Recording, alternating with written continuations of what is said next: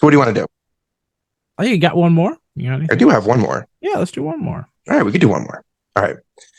Toxic forever chemicals about to get their first U.S. limits. Okay. All right. All right. Better late than never.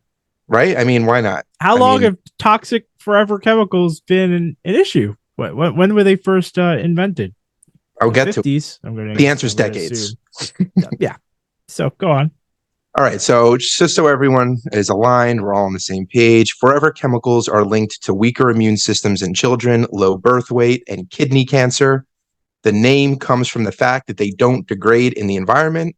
And when you consider that they've been around for decades, you can imagine we are soaking ourselves in them. In the past, they were used in nonstick pans, food packaging, firefighting foam, and probably a bunch of other things. They're now most styrofoam. Are you going to list? Yeah, okay. It's just everything. It's like the list was long, and I'm not going to bore everyone. Nuclear waste isn't even in there. Nuclear waste does decay after a while, so that's not even a forever chemical. There you go, folks. I mean, that's how wild this is. Nuclear waste. I don't know. I'm not going to say it's better, but it's not in this category. And yet everything else is probably far more pervasive in terms of our daily usage of it. It's basically like you were saying, like, but the spray for, what do they call that? It's not radon, right? What's the spray? You're saying the spray can? No, it was just nonstick pans. So whatever they're coating. Oh, right. Okay. The coating. Yeah, whatever. I don't want to say it's Teflon because I don't know. I know. Yeah. Something like that. It's nonstick, like Teflon, doesn't degrade into the environment. Interesting. And so most of the stuff has been phased out in the US, but some do still remain. I mean, you can still get some of this stuff. And remember, they're forever. So they don't break down when you throw them out, and they make their way into our water. Whenever I get a styrofoam, and yeah, maybe I am outing myself in terms of what kind of fast delivery food I may go for at times. But whenever it comes in styrofoam, I'm like, are you joking? Who's still selling this? Why is this still happening? The biggest pet peeve I have is when I get a delivery and they're packed in styrofoam, but it's that type when you go to take it out, it just breaks up into like 1,000 little balls.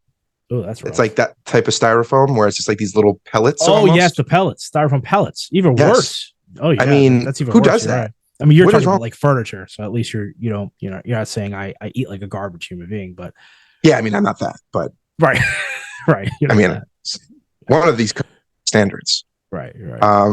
But no. And so they make their way into our water. No big surprise, right? You have these things compounding over decades, and it just rains and rains, and it seeps into everything. It seeps into our environment. It's like the microplastics that's found in like fish belly. Oh, God. Yeah. Everywhere. Yeah. But so it's not just that. They found it in high levels of neighborhoods that were butting against military bases, Air Force to be specific. I don't know what about that is driving it, and then manufacturing plants of all types. So yeah, it's in industry, it's in everything. Like there is just, and that's probably just what we know about. So the EPA, the Environmental Protection Agency, is expected to propose restrictions on harmful forever chemicals in drinking water after finding they are dangerous in amounts so small as to be undetectable. Okay, so undetectable is still super dangerous. Yeah, but experts say removing them will impact around 4 to 12% of water suppliers nationally, which actually I thought would be worse. The cost is about $38 billion. Wait, hold on. What was that percentage again? 4 to 12% of water suppliers. It's going to cost 38 billion. Wow. Okay. All right. It's costly. But that's not even counting the ongoing cost of like, all right, well, we fixed it and now we got to maintain it. And the burden, what critics say, is will fall hardest on small communities with fewer resources that now need to buy these new systems and train their staff on how to use them. So there's that. Water providers are, and that's a huge issue, by the way. That I don't think that's an issue that should be glossed over, because that's the issue with why our road systems are so bad, is because the initial cost was government subsidied without any towns considering what the ongoing cost to maintain all this road work would be. I know it's a weird connection to make, but I'm just saying that if you're complaining about potholes in your local roads, whatever is happening here, if the towns cannot afford to maintain them going onward, it just means that whatever good these things were supposed to be doing will not be done. So that's a huge issue, actually. And I was under the assumption that, because I always hear this argument being made actually by Democrats, that certain Democratic wealthier states kick into the federal government, and a lot of those funds go into poorer red states to help supplement their economies to keep them afloat in a sense. I And don't know if that's. I don't know if it's as black and white as that, but sure. So that's fine, right? I'm just saying that that's talking point from the Democratic Party.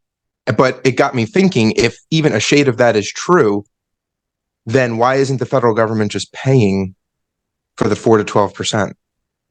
Like, why isn't it just being supplemented?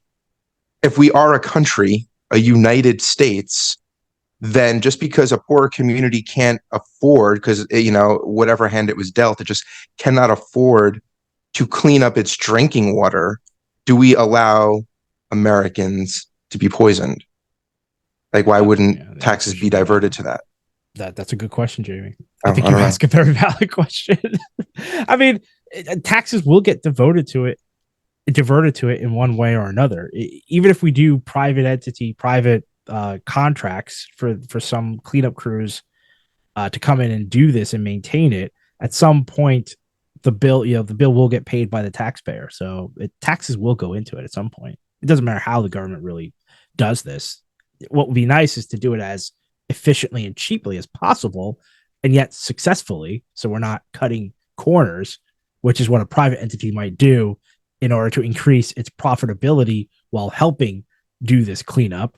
So that's always the risk you run of contracting out essential services to a private organization whose main goal is profit. Again, that's why I'm usually not in favor of that. But yeah, but at some point, no matter what's happening, no matter if the money is being, siphoned off by some non-efficient corporation, it's still, the coffers need to be replenished by the taxpayer at some level. So taxpayer money will go into this no matter what happens. It's just a matter of how much.